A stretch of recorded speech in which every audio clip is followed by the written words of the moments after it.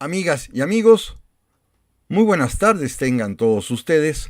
Los saluda con el afecto de siempre José Manuel Villalpando aquí en una emisión más de su programa, La historia que quiero vivir, que, como ustedes bien saben y mucho lo agradezco, se sube, se coloca, puede verse todos los sábados a partir de las 5 de la tarde en el canal de YouTube, valga la redundancia, de José Manuel Villalpando. Ahí, cada sábado a las 17 horas, está disponible el nuevo programa, el que corresponde a la semana en turno, y sin embargo es un canal que en cualquier momento, cualquier día, a la hora que ustedes gusten y manden, pueden acceder a él y escuchar o ver literalmente centenares de videos que conforman ya la riquísima videoteca de ese canal. Les agradezco infinitamente, amigas y amigos, su presencia, su compañía, el que estemos juntos para platicar de historia, por supuesto en un programa, y lo reitero siempre, que no tiene ningún otro objetivo más que esta pasión por el pasado, particularmente por el pasado mexicano.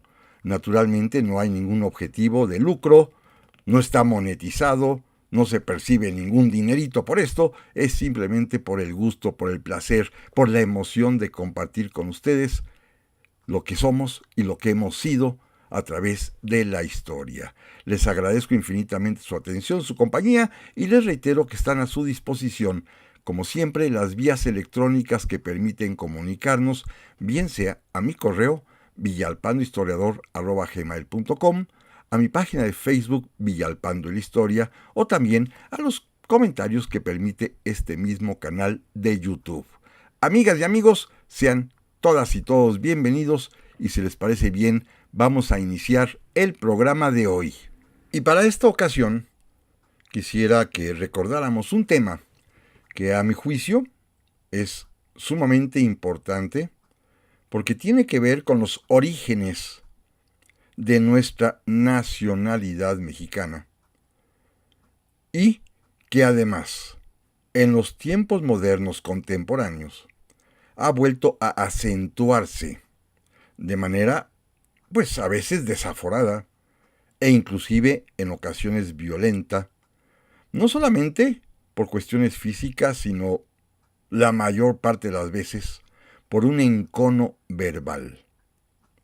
Me refiero a esa utopía fallida de la unión, que se ha traducido, esta decepción enorme de la mexicanidad, en lo que hoy llamamos genéricamente polarización, el enfrentamiento de unos con otros, la lucha de los contrarios, el descalificar de antemano a quien piensa diferente que nosotros, inclusive el desconocer los argumentos del contrario, el ofender al contrario, el odiar al contrario. Esta actitud que lamentablemente ha vuelto a aflorar entre nosotros, tiene capítulos muy antiguos y que nos remontan a las épocas iniciales de nuestra independencia y particularmente a muchas décadas del siglo XIX, con nuevos estallidos también en el siglo XX, y que pues nos hacen pensar de que quizá el sueño de la unidad nacional fue una utopía fallida, por más que los mexicanos, en determinados momentos, como en las fiestas patrias que acaban de pasar, parezca que estamos unidos en el sentimiento libertario, en el sentimiento patriótico, pero no en los sentimientos de alguna manera políticos, que tienen que ver con el futuro que deseamos para nosotros. No, definitivamente no. Hay momentos en los que no somos una sociedad uniforme, que no tenemos los mismos principios, que no tenemos las mismas aspiraciones. Y esto, lamentable y tristemente, insisto, pues simplemente es una herencia de nuestro pasado. Debo aclarar algo importante. La polarización, este enfrentamiento entre unos y otros, no tiene nada que ver con ese otro concepto de corte marxista de la lucha de clases sociales. Las diferencias de clases sociales que siempre han existido, entre una clase alta, una clase media, una clase baja, esta es una constante histórica que se ha manifestado siempre, pero que no alcanza esos enconos a que me refería yo hace un momento, de los odios entre nosotros. Porque en los bandos, que son esencialmente dos, entre los bandos que se enfrentan en la polarización, en ellos aparecen personas que forman parte de todas las clases sociales. Hay personas de la clase alta que opinan en un sentido y personas de la clase alta que opinan en el sentido contrario. Al igual que en la clase media y en la clase baja sucede exactamente lo mismo. No tiene pues nada que ver la diferencia y las luchas de clases con la polarización. Más bien, y a veces tengo la tristeza de pensarlo así, esta polarización, que no sé si sea connatural, quizás sí, muchas veces es auspiciada, azuzada, estimulada por los líderes, cada uno de un bando contrario, que están interesados en hacer estallar conflictos entre nosotros mismos y, lo más lamentable, es que nosotros los mexicanos, a lo largo de 2 centurias, nos hemos prestado a ello. Miren, vamos a hacer una historia diferente que tiene, a mi juicio, su inicio en los días del levantamiento del padre Hidalgo, allá en el mes de septiembre de 1810. Porque una de las frases quizás más hermosas, quizás más alentadoras, quizá más emotivas del padre Hidalgo, es cuando dijo: si estamos unidos, la guerra habrá terminado. Y remató con esta oración maravillosa: unámonos pues todos los nacidos en este dichoso suelo. Una frase conmovedora, importante, que llama a la unión. Unámonos pues todos los nacidos en este dichoso suelo. Y sin embargo, a veces tengo la impresión de que Miguel Hidalgo y Costilla únicamente empleó esta hermosísima y bella frase como elemento retórico, porque en la realidad, y tristemente debo así señalarlo, es el propio padre Hidalgo, aún en contra de sus compañeros insurgentes, quien provoca esta primera desunión y, para llamarlo claramente, esta primera polarización de nuestra historia. Desde el momento mismo en que avanzó, a partir del curato de Dolores, encabezando ya la revuelta popular por la insurgencia, va a iniciar la guerra, que es una guerra, si lo examinamos desde un punto de vista estrictamente histórico, como lo aseguraba, no yo, sino grandes historiadores del siglo pasado, liberales, como José María Luis Mora. Fue una guerra en realidad civil, una contienda, por lo menos en su primera parte, entre hermanos.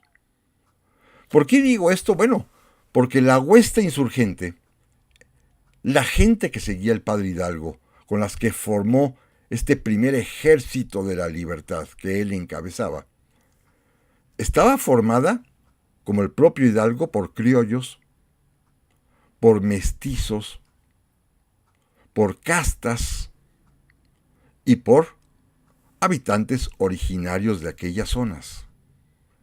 En otras palabras, todas las capas sociales de todo tipo se integraron al ejército de Hidalgo. Criollos, mestizos, castas, indígenas.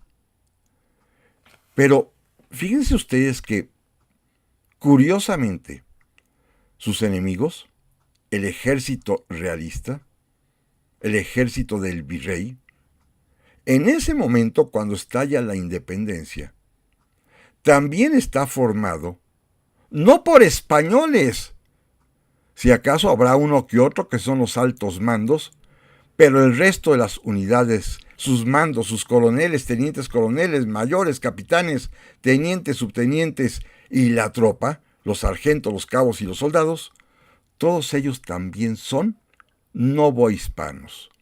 Son criollos, son mestizos, son castas, pero eso sí, no había indígenas porque las leyes españolas aplicables aquí en la Nueva España prohibían que los indígenas prestaran servicio militar. Los demás, los criollos, los mestizos, las castas, estaban allí y escuchen esto, eran además también voluntarios. Así que en un inicio, cuando comienza la guerra de independencia, nuestros ejércitos insurgentes se enfrentan a los ejércitos realistas, que son también novohispanos como sus compañeros. Exactamente, forman parte de las mismas clases y capas sociales. Es, sí, una guerra civil en donde el conflicto está en la forma de gobierno y en el que hay, llamémoslo así, mexicanos que quieren un cambio, la independencia, y mexicanos que quieren permanecer leales a España. Es una guerra civil, una guerra entre hermanos, al menos en el origen. Y esto se va a acentuar más cuando comiencen, pues, los excesos del propio padre Hidalgo, reconocidos por él, Cuando fue capturado y enjuiciado, él dijo que se había dejado llevar por el frenesí, cuando estimulaba y asusaba a sus hombres al saqueo o a las matanzas, y particularmente cuando les decía, tomen, tomen hijos, que todo esto es suyo. Esto sucedía tristemente en los inicios de la Guerra de Independencia, y esto va a propiciar, que esta es otra de las características de la polarización, que los propios líderes comiencen a pelearse y a disgustarse entre sí. No va a faltar mucho para que comiencen los reclamos, ¿de quién creen? De Ignacio Allende en contra del padre Hidalgo por lo que está provocando. La molestia de Ignacio Allende será grandísima. Trata de oponerse a los saqueos y a las matanzas que ocurrieron en San Miguel en Grande, en Celaya.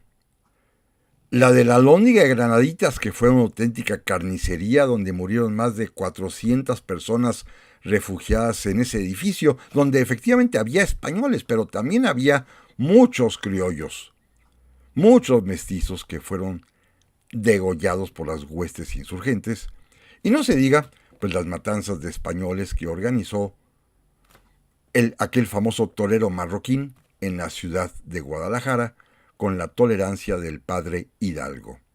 Allende estaba profundamente enojado, a grado tal que, como lo hemos platicado, trataba de deponer en el mando al padre Hidalgo, e inclusive fue a visitar al obispo de Guadalajara, Juan Ruiz Cabañas, para preguntarle si sería lícito envenenar al padre Hidalgo porque se había vuelto un déspota.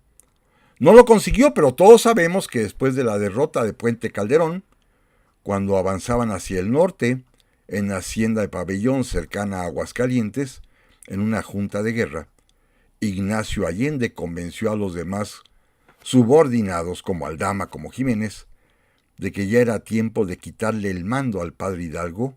Fue depuesto, Allende ocupó su lugar como generalísimo, Y a partir de ese momento y hasta que fueron capturados, Miguel Hidalgo y Costilla iba en realidad como cautivo, como preso de sus propios compañeros insurgentes.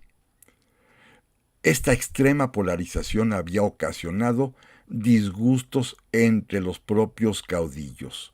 Los dos más importantes, Hidalgo y Allende, desde el primer momento, después del grito, cuando comienzan los primeros saqueos, dicen los historiadores de aquel tiempo, andaban ya desabridos, peleados entre ellos. ¿Por qué? Pues porque se estaban tomando rumbos que nada conducían a la unión y que pues dejaban mucho que desear de la propia frase que el padre Hidalgo había pronunciado, con lo cual había emocionado a tantos, aquella de unámonos pues todos los nacidos en este dichoso suelo. Déjenme dar un paso más para que vean cómo los propios caudillos comienzan a pelearse. Primero, hay que aclarar que a partir de la aparición fulgurante en nuestra historia de José María Morelos y Pavón, que es un hombre de una capacidad como estratega militar de primer nivel, los propios españoles, virreyes, el comandante general de las tropas, se dieron cuenta de que para combatir a Morelos no podían hacerlo con los soldados nativos de México, que eran la gran mayoría, y decidieron traer de España, ahora sí, soldados nacidos allá, lo que se llamaron los cuerpos de tropas expedicionarias. Cuando uno hace la revisión de la historia de la independencia y se alcanza a vislumbrar que el ejército virreinal, el ejército realista, llegó a tener 80,000 hombres, pues de ellos hay que hacer las cuentas muy claras y descubriremos que más o menos la décima parte, poco menos de 8,000, eran soldados auténticamente españoles traídos de España para combatir particularmente a Morelos. El resto, otros poco más de 70,000 hombres del ejército virreinal, son también mexicanos. Forman parte del ejército del rey porque ellos creen en esa forma de gobierno y se están enfrentando a los insurgentes que buscan otra manera distinta de ser libres y de autogobernarnos. Esto es una tragedia tremenda entre la propia población oriunda de México. La guerra de independencia va a significar que durante una década no haya ningún incremento poblacional en nuestra patria. ¿Por qué? Porque fueron más de 300,000 los muertos por la propia guerra entre 1810 y 1821. Esto es tremendo, ¿eh? Pero en el lado insurgente había nuevamente problemas. Como todos sabemos, en la huida hacia el norte, tanto Hidalgo como Allende, Aldama y Jiménez decidieron nombrar como comandante, como jefe, a Ignacio López Rayón. Este abogado, que había sido secretario de Estado del padre Hidalgo, a quien se le encomendó el liderazgo de la insurgencia. Sin saber que meses antes el propio padre Hidalgo había encontrado quién fuera su lugarteniente, como él lo dijo.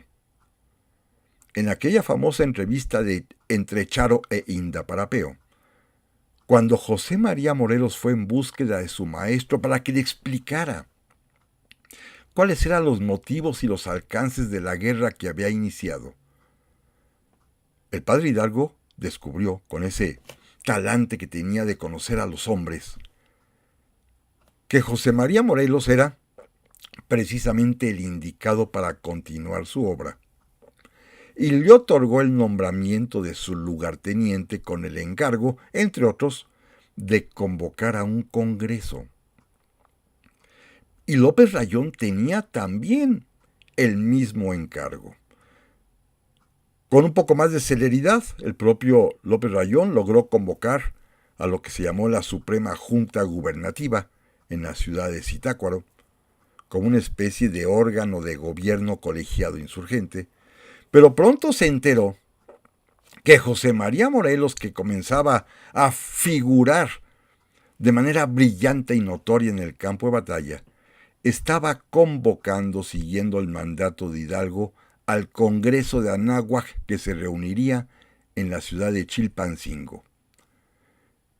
Ignacio López Rayón estaba muy enojado, porque él se sentía el verdadero heredero del mando insurgente.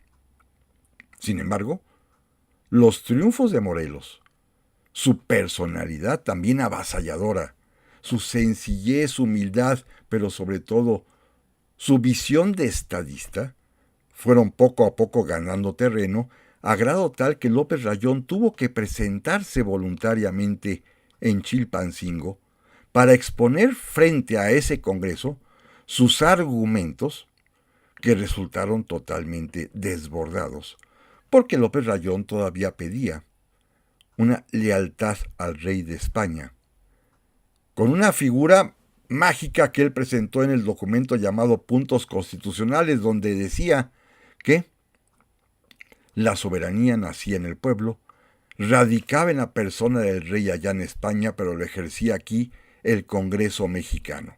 Esto no les gustó nada a las personas que estaban allí en Chilpancingo, en el Congreso de Anáhuac, y al contrario, por supuesto quedaron cautivados cuando José María Morelos y Pavón les leyó sus sentimientos de la nación.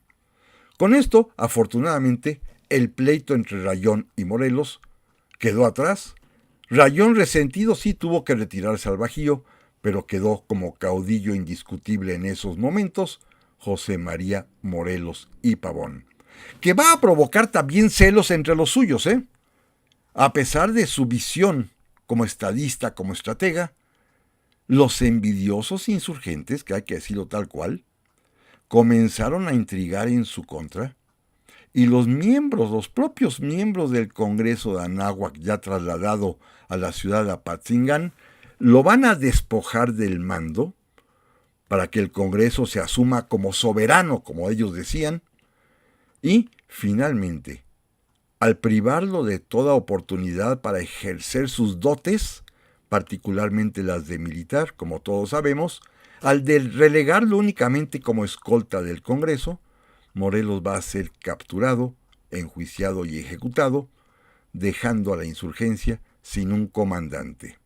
López Rayón, después de la muerte de Morelos, intentó figurar, pero el propio Congreso de Anáhuac, que no soportaba, por supuesto, la idea de la presencia de López Rayón, le ordenó a uno de los más distinguidos militares, formados, subordinados de Morelos, el general Nicolás Bravo, que fuera a poner preso a López Rayón.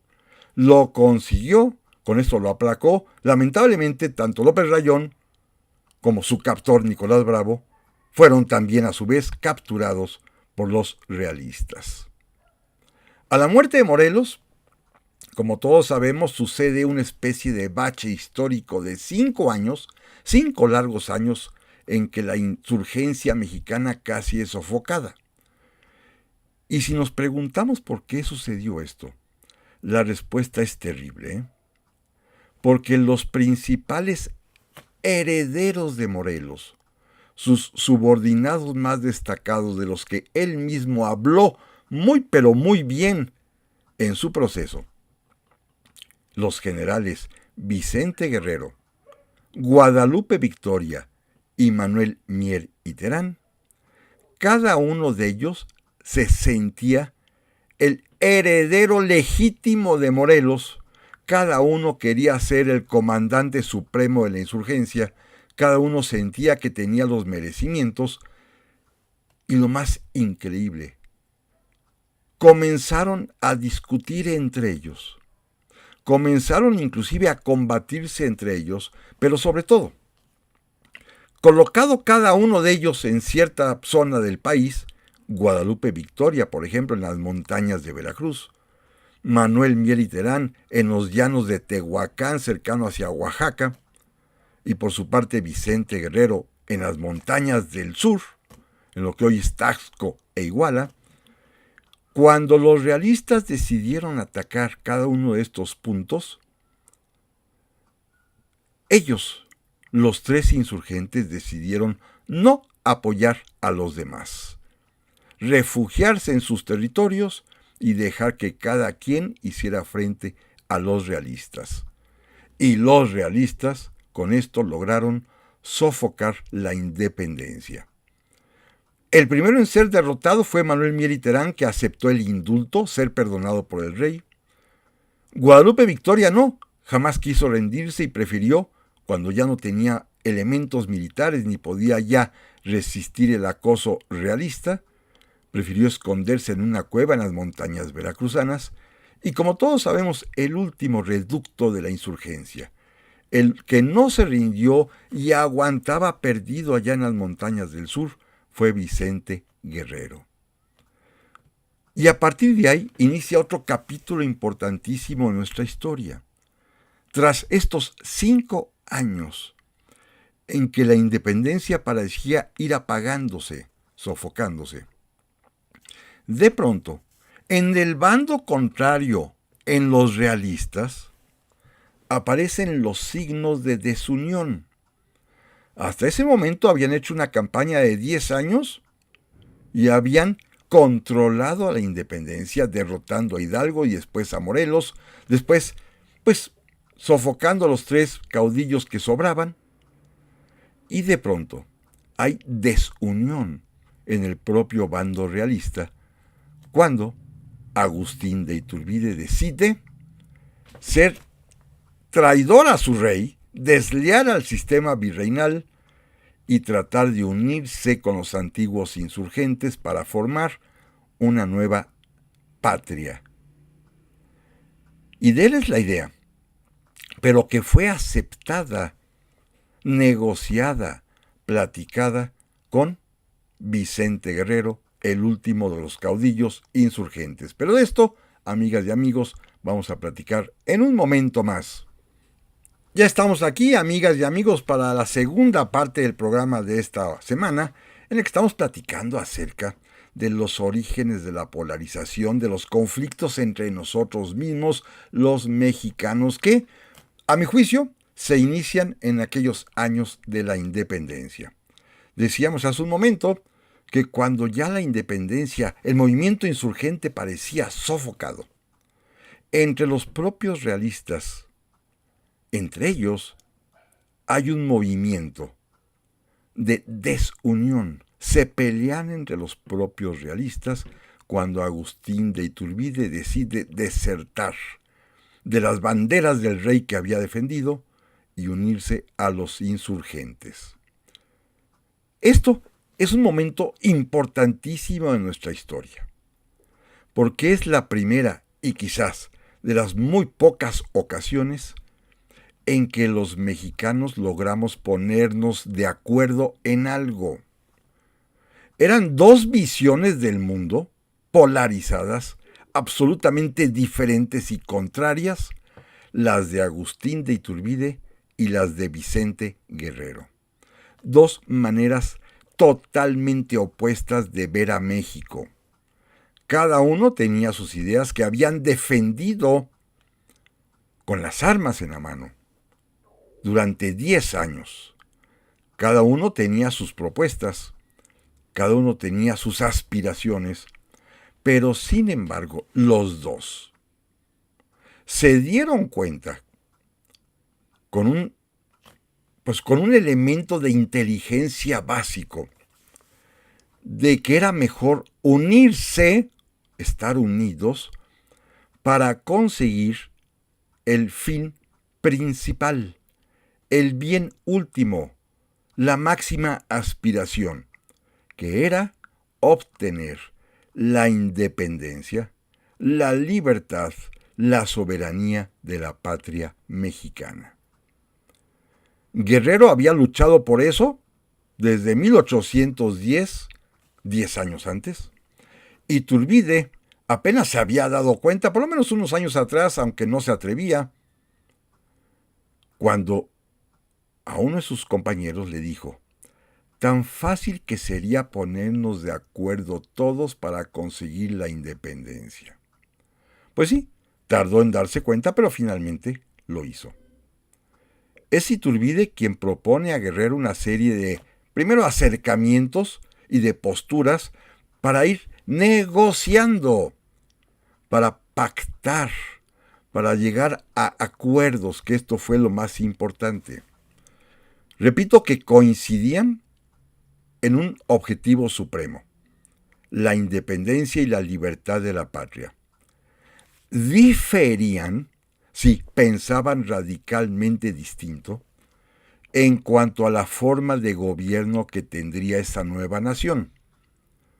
Indudablemente Vicente Guerrero estaba de acuerdo con las ideas republicanas de Morelos, que quedaron plasmadas en la Constitución de Apatzingán, en donde habría un gobierno del pueblo y para el pueblo. Iturbide, que representa el punto de vista contrario, él cree que vale la pena y que el pueblo mexicano desea seguir con la institución monárquica, en la cual nos gobierne un rey, un emperador. Incluso él propone a alguien de las casas reales europeas para evitar los funestos atentados de la ambición. Guerrero no piensa así. Guerrero cree en la idea republicana, como lo decía Morelos, en la cual es el pueblo quien elige a su gobernante y por un tiempo determinado. Sin embargo, los dos coinciden en un tercer elemento. Sí, este de la forma de gobierno es radicalmente diferente y están en las posiciones encontradas. Pero han coincidido primero en la libertad y la independencia. Hay otro elemento de coincidencia. Los dos están de acuerdo que sea cual fuere la forma de gobierno, república o monarquía, eso sí, tendría que haber una constitución, una ley suprema que templara el ejercicio del poder. Si era un rey, como en España, no podía hacerlo como el rey español, sino tendría que haber una constitución, porque aquí no podríamos permitir monarcas absolutos. Si es una república, indudablemente tendría que estar fundada en una constitución. En esto coinciden los dos. Hay que negociar, hay que pactar, hay que acordar. Y el acuerdo, por las razones muy objetivas de que Vicente Guerrero tiene únicamente 3,000 hombres que están literalmente encerrados, y en cambio Iturbide cuenta con casi todo el ejército realista que está a su lado, excepto esos 8,000 españoles, soldados españoles que ya hablábamos en la primera parte de este programa, y que además están por todo el país. Guerrero acepta entonces pactar, aceptar la forma monárquica de gobierno, sujeta sí a una constitución, pero le exige a Iturbide algo más. Otro de los viejos reclamos insurgentes, de las ideas geniales de Morelos, la igualdad de todos los nacidos en este suelo, no importa su origen, su condición, su raza, para decirlo en pocas palabras. E Iturbide acepta. Y entonces proclaman el Plan de Iguala, en donde se llama la independencia, en donde se llama a la religión católica y en donde se proclama la unión entre todos los mexicanos. A Iturbide lo dijo con una fineza gramatical que hoy es sorprendente, porque estamos unidos y somos habitantes de esta nueva patria, todos los que aquí vivimos, seamos americanos, europeos, asiáticos o africanos. La garantía de la unión que está señalada con el color rojo en nuestra bandera nacional. Esto es el conseguir mediante un pacto, mediante un acuerdo de voluntades, mediante una negociación, el fin más importante, que era la independencia, ceder en el aspecto de la forma de gobierno por parte de Guerrero. Iturbide, un hombre de clase alta, cedió en el aspecto de la igualdad social, y los dos coincidieron también en la necesidad de un régimen constitucional. Esto es el Plan de Iguala, y por eso la independencia logra consumarse de manera tan rápida? Porque se unieron los antiguos insurgentes con los antiguos realistas, todos ellos, repito, mexicanos, para combatir a los poquitos españoles que había, que eran menos de 8,000, y se consuma la independencia a partir del Plan de Iguala en 7 meses. Para septiembre, ya México es libre, independiente y soberano, y como todos sabemos, el día 27 de septiembre de ese 1821 se realiza el desfile triunfal del ejército trigarante, al frente del cual viene, sí, Agustín de Iturbide, pero a su lado, atrás de él, vienen 2 antiguos insurgentes de primer nivel, Vicente Guerrero y Nicolás Bravo. Otro más no estuvo de acuerdo, También hay que decirlo. Un insurgente no estuvo de acuerdo con este plan de independencia a pesar de que había un acuerdo, porque, en primer lugar, no estaba ni siquiera enterado de él. Segundo, no soportaba a Vicente Guerrero. Y tercero, pues tampoco soportaba a Agustín de Iturbide. Me refiero a Guadalupe Victoria, que en alguna ocasión ya platicamos que cuando se entrevista con el propio Iturbide le dice que él no acepta este plan de Iguala porque eso de traer un emperador, mejor que se nombre emperador a un antiguo insurgente que nunca se hubiera indultado y que fuera soltero. Es decir, se describió a sí mismo porque él quería, ya desde ese momento, ser el gobernante. Después lo va a conseguir cuando sea presidente de la República. Pero, finalmente, con el apoyo de Vicente Guerrero, con el apoyo de Nicolás Bravo, con el apoyo de Manuel Mier y Terán, con el apoyo de la gran mayoría de los antiguos insurgentes, Iturbide pacta el Plan de Iguala y logra consumar la independencia de México y entrar triunfalmente al frente del ejército de las 3 garantías, una de las cuales es la de unión. Pero miren, la vuelta a la historia, Iturbide mismo también le ganó la ambición. Y al día siguiente de este desfile triunfal, es decir, el día ya 28 de septiembre de 1821, cuando se firma el Acta de Independencia, ya no están Vicente Guerrero, Nicolás Bravo, Melchor Musquiz, ni ninguno de los otros insurgentes que desfilaron la víspera con Iturbide. Los hizo a un lado. Esta vez el Acta de Independencia ya era solamente de un solo bando, del bando de los antiguos realistas mexicanos, todos ellos que ya se habían deshecho de los españoles. Y esto es una cosa terrible. Los insurgentes, que quizás no eran numéricamente muchos, que militarmente quizás no le aportaban mucho, sí en cambio le habían dado a Iturbide la legitimidad con el aval de Guerrero y de Bravo para poder convocar a la unión en el Plan de Iguala. Y en cuanto tuvo oportunidad, repito, se deshizo de ellos. Llamó la atención este gesto, porque después de que se firma el Acta de Independencia en el propio Palacio, en ese momento imperial de México, el Palacio Nacional hoy en día, el que entrega, digámoslo así, todo el poder y el mando es un oidor, el presidente de la Audiencia de México, un español llamado Miguel Bataller. Y de esto ya lo hemos platicado en alguna ocasión, pero Bataller, que era un abogado muy perspicaz, se da cuenta de que hay conflicto entre los propios trigarantes porque los antiguos insurgentes fueron desplazados, que ya no hay tal unión, que la unidad quedó únicamente en el discurso, y es cuando nos arroja una terrible maldición.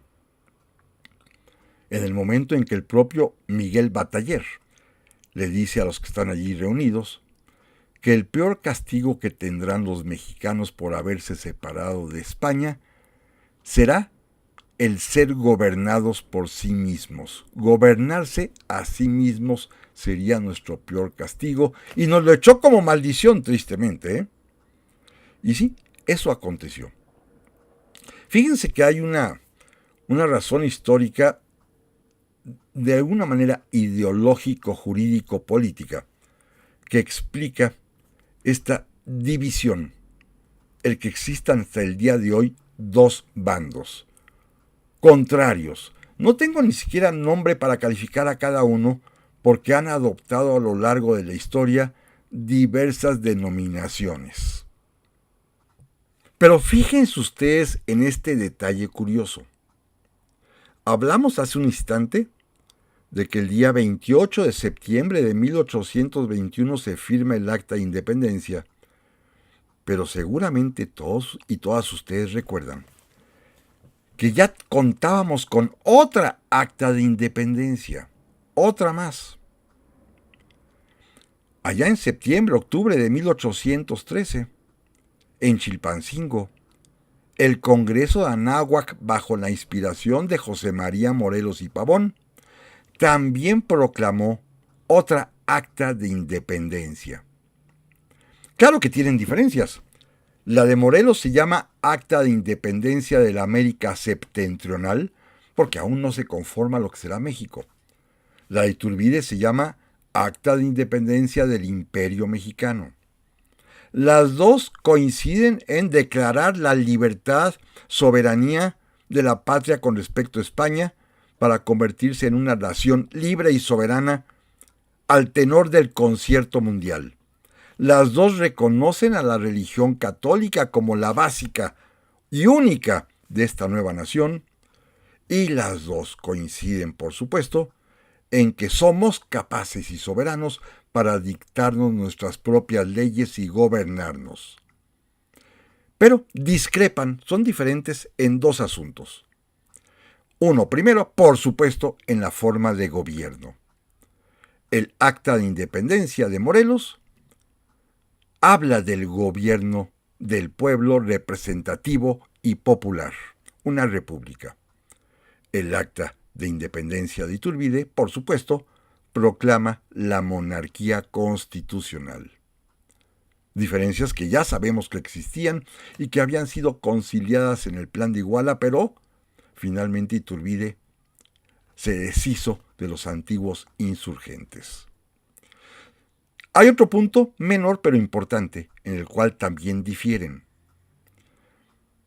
Morelos, en su Acta de Independencia, proclama alejar por completo a los europeos de todo puesto público y no admitirlos más que fuesen artesanos honrados. Iturbide, en su Acta de Independencia, vuelve a pedir la unión entre todos los que vivimos aquí. Insisto, americanos, europeos, asiáticos o africanos, porque la patria es de todos los que aquí viven. Son las diferencias esenciales, pero sin embargo, esta dualidad, esto de que México cuente con dos actas de independencia, puede hacerse una especie de símil medio grotesco y decir que es como si contáramos también con dos actas de nacimiento.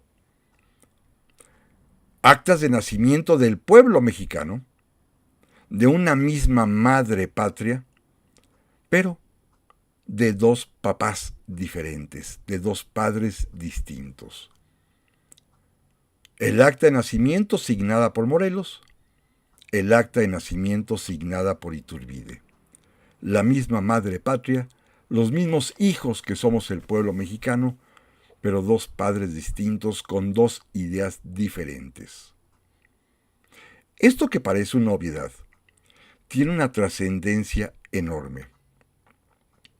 Porque sin darnos cuenta, desde ese momento México tiene dos proyectos de nación, dos maneras de ver el futuro, dos formas distintas de cómo encaminar la vida política, social y económica, dos aspiraciones totalmente diferentes, sin que nadie pueda decir cuál es la buena, cuál es la mala, cuál es la correcta, cuál es la errónea.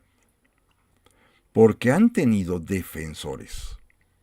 Cada una de las dos posturas, cada una de las dos corrientes, hasta nuestros días y sus disputas, sus controversias, la polarización que ha nacido de estas dos maneras de ver la vida, está hasta nuestros días vigente y latente, y la vemos en las redes sociales, en los discursos, en la cotidianeidad. En su momento, al momento de estallar la revuelta contra Agustín de Iturbide en 1823 para despojarlo del trono al que ambiciosamente llegó, ya lo hemos platicado,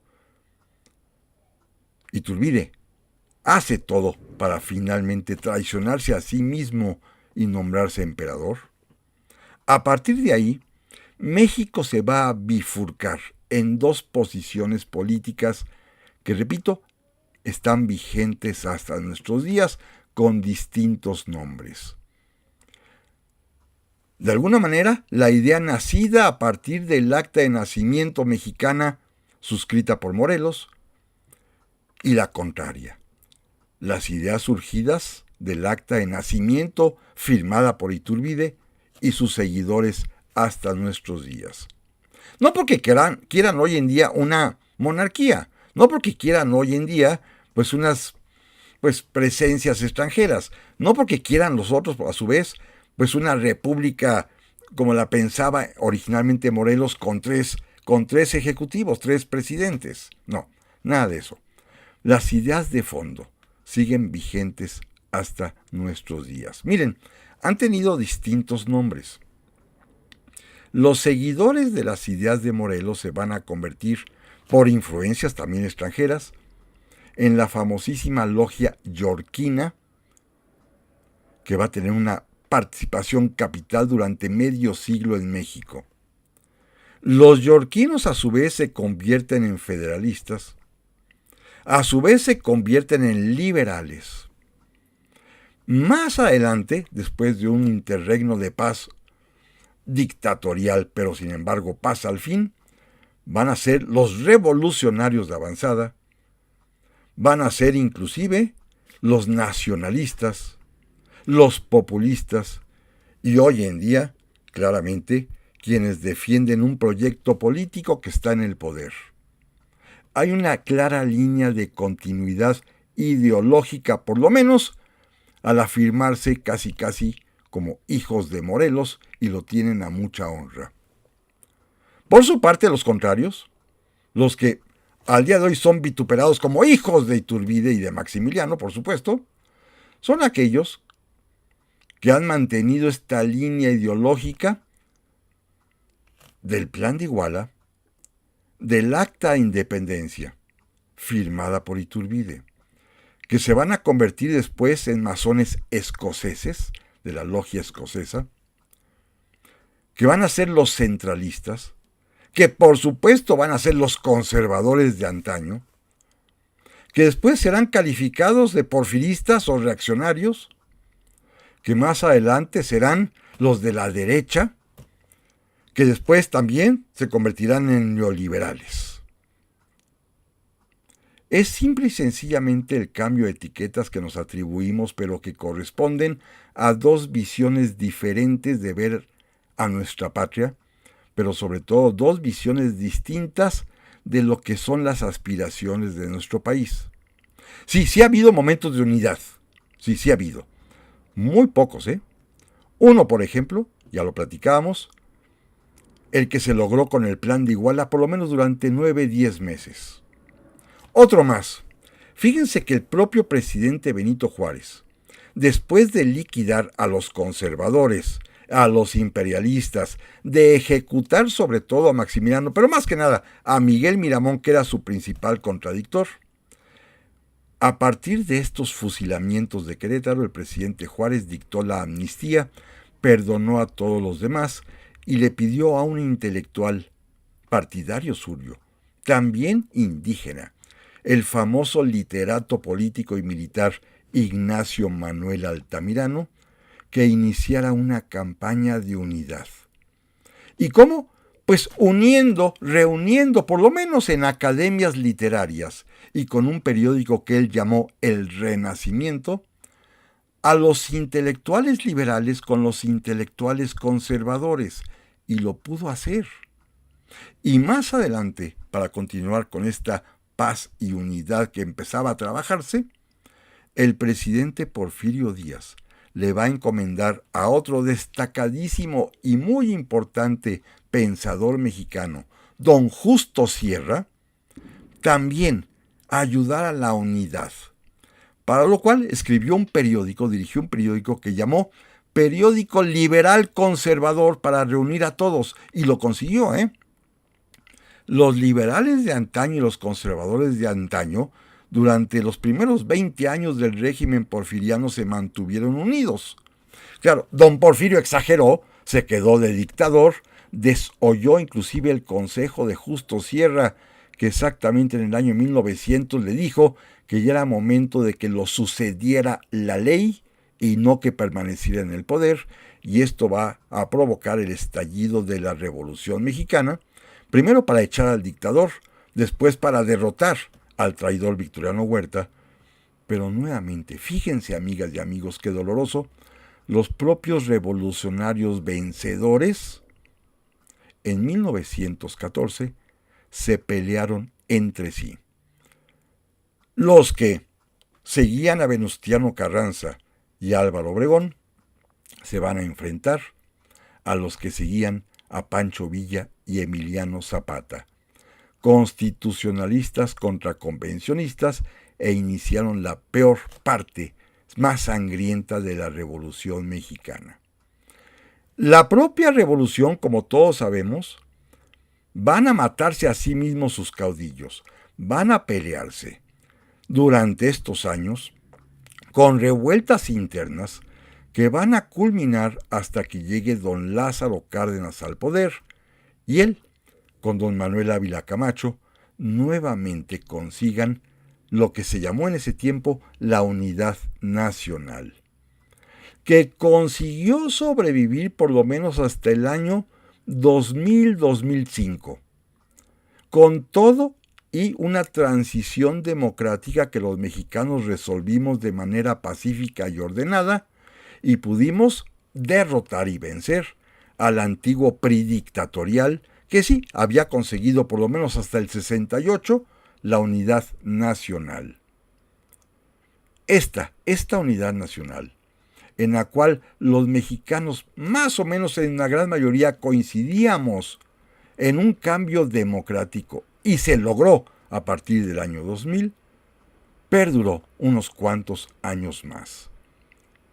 ¿Por qué?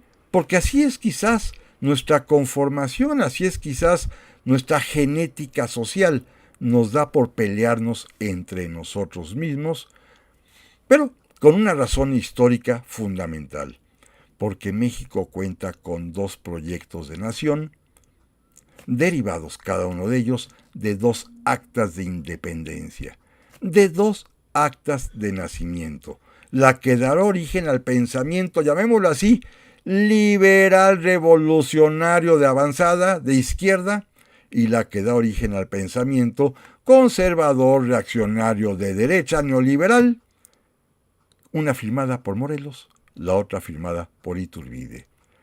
Esta es una de las tristezas y desgracias nacionales, el tener dos proyectos diferentes que propician y provocan el encono entre nosotros, los mexicanas y los mexicanos, pelearnos entre nosotros en lugar de unirnos como quería el padre Hidalgo. Amigas y amigas, muchas gracias por su atención y primero Dios, aquí nos vemos la próxima semana.